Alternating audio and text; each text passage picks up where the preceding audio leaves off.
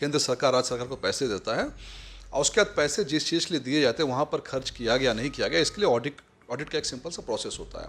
लेकिन झारखंड के कॉन्टेक्स्ट में ये देखा गया कि सीएजी की जो रिपोर्ट है, चाहे हम जिस भी ऑडिट की बात करें, हम परफॉर्मेंस ऑडिट की बात करें, टेक्निकल ऑडिट की बात करें, फिर प्रोप्राइटरी ऑडिट की बात करें, तीनों में बहुत ज़्यादा गड़बड़ियाँ जो सामने आई है। झारखंड विधानसभा के पटल पर सीएजी का जो प्रतिवेदन रखा गया उसमें साफ तौर पर ये बात कही गई है कि झारखंड सरकार ने 1,33,000 करोड़ रुपए का उपयोगिता प्रमाण पत्र नहीं दिया है। अपने आप में ये बहुत बड़ी बात है, क्योंकि झारखंड सरकार लगातार इस बात को लेकर रोना रोती है कि केंद्र योजनाओं का पैसा नहीं देता, सौतेला व्यवहार करता है। हमारे साथ बीजेपी के प्रवक्ता अजय जी हैं। क्या कहेंगे ये जो उपयोगिता प्रमाण पत्र नहीं मिला? देखिए, अगर आप सीएजी को देखें तो सीएजी का जो कामकाज है कि बिल्कुल केंद्र सरकार राज्य सरकार को पैसे देता है और उसके बाद पैसे जिस चीज़ के लिए दिए जाते हैं वहाँ पर खर्च किया गया नहीं किया गया, इसके लिए ऑडिट का एक सिंपल सा प्रोसेस होता है। लेकिन झारखंड के कॉन्टेक्स्ट में ये देखा गया कि सीएजी की जो रिपोर्ट है, चाहे हम जिस भी ऑडिट की बात करें, हम परफॉर्मेंस ऑडिट की बात करें, टेक्निकल ऑडिट की बात करें, फिर प्रोप्राइटरी ऑडिट की बात करें, तीनों में बहुत ज़्यादा गड़बड़ियाँ जो सामने आई है। उदाहरण के रूप में अगर अब हम कुछ समय पहले की बात करें, प्रोप्राइटरी ऑडिट, जिसमें सीएजी ने साफ साफ कहा है कि भाई केंद्र सरकार ने आपको जो पैसे दिए आप उसका हिसाब दे दीजिए कि पैसे कहाँ आपने खर्च किए।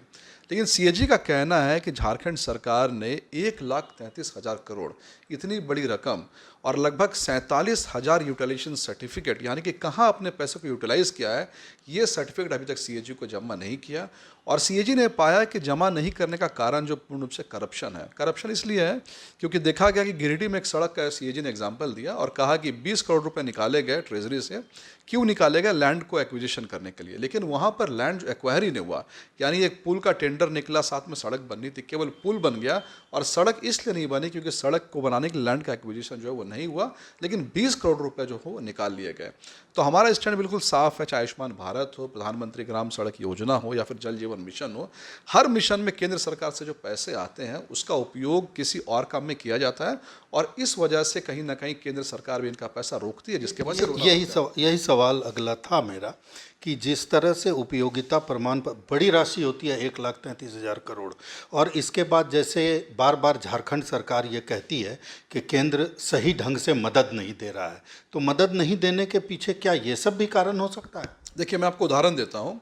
सीएजी ने जब परफॉर्मेंस ऑडिट किया जल जीवन मिशन का, तो जल जीवन मिशन 2019 में इसकी शुरुआत हुई थी और कहा गया था कि 2026 तक टारगेट पूरा करना है, हर जो है घर में नल की योजना होनी चाहिए, और अब उसको 2028 तक कर दिया गया। 2020 के आसपास केंद्र सरकार ने झारखंड को 500 करोड़ रुपए दिए, लेकिन 2021 में 2,500 करोड़ रुपए दिए, यानी कि जो रकम है उसको 5 गुना बढ़ा दिया गया। लेकिन 2025 में आते आते जब ऑडिट किया गया, परफॉर्मेंस ऑडिट, तो ये देखा गया कि पूरे के पूरे देश में कई राज्य ने 100% टारगेट पूरा किया, 90% पूरा किया। नेशनल एवरेज जो है वो 80% है सक्सेस का, लेकिन झारखंड का सक्सेस सिर्फ और सिर्फ 52% है। यानी कि आप पैसे 100% चाहिए आपको, पर काम आपको कितना करना है? 50% करना है।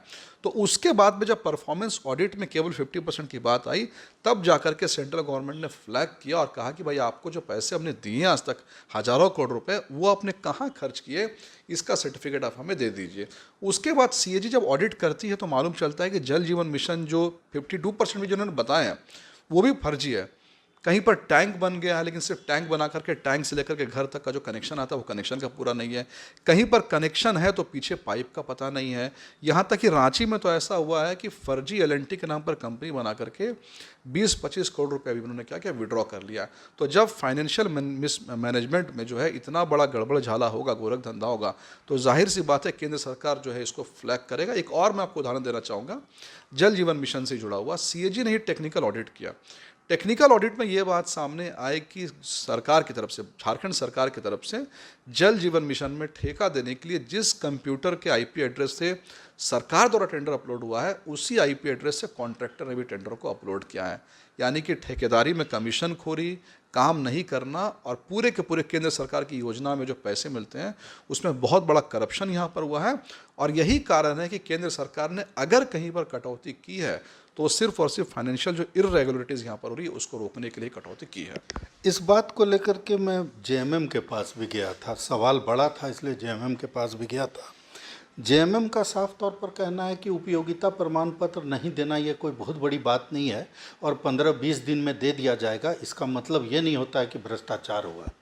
नहीं नहीं नहीं, मैंने आपको सबसे पहली बात है, मैंने आपको सीएजी के टेक्निकल ऑडिट का एक एग्जांपल दिया, मैंने आपको जल जीवन मिशन का दिया। मैं आपको एक और उदाहरण दे देता हूँ। पीएजी ने झारखंड की सरकार को लेटर लिखा, प्रिंसिपल अकाउंटेंट जनरल ने, और ये कहा कि डीएमएफटी फंड जो डीसीज के पास में होते हैं, डीएमएफटी फंड में डीसीज को थोड़ी ऑटोनॉमी होती है। ऑटोनॉमी क्यों होती है? क्योंकि वहाँ पर जो है, जो मिनरल माइनिंग से इफेक्टेड एरिया हो रहा है, तो डीसी फटाफट काम करे। यानी कल को कोई पानी कनेक्शन मांगने आया तो टेंडर का प्रोसेस में फटाफट उसको पानी का कनेक्शन मिलना चाहिए।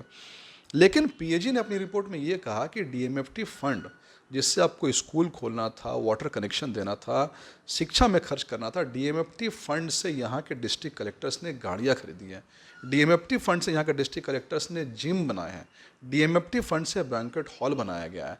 यानी कि जो डीएमएफटी फंड का पर्पस था प्रधानमंत्री खनिज संपदा योजना से लिंक करके उसको गांव वालों के लिए काम करना, वहाँ पर डिस्ट्रिक्ट कलेक्टर्स अधिकारियों ने जो है पूरा का पूरा पैसा जो है अपने अय्याशी में उड़ाया है।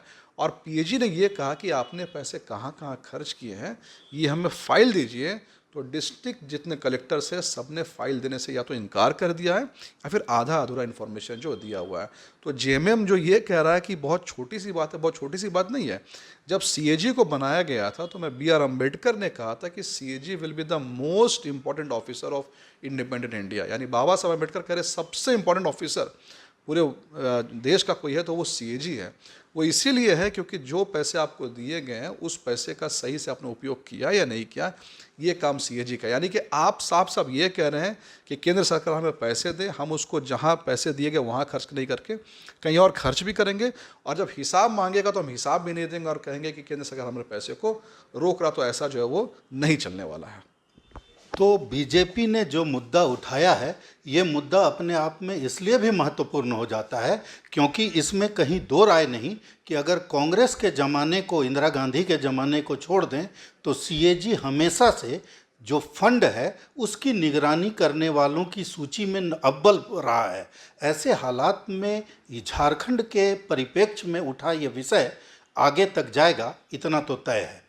भारत एक्सप्रेस के लिए कैमरामैन धर्मेंद्र के साथ मधुकर आनंद, रांची।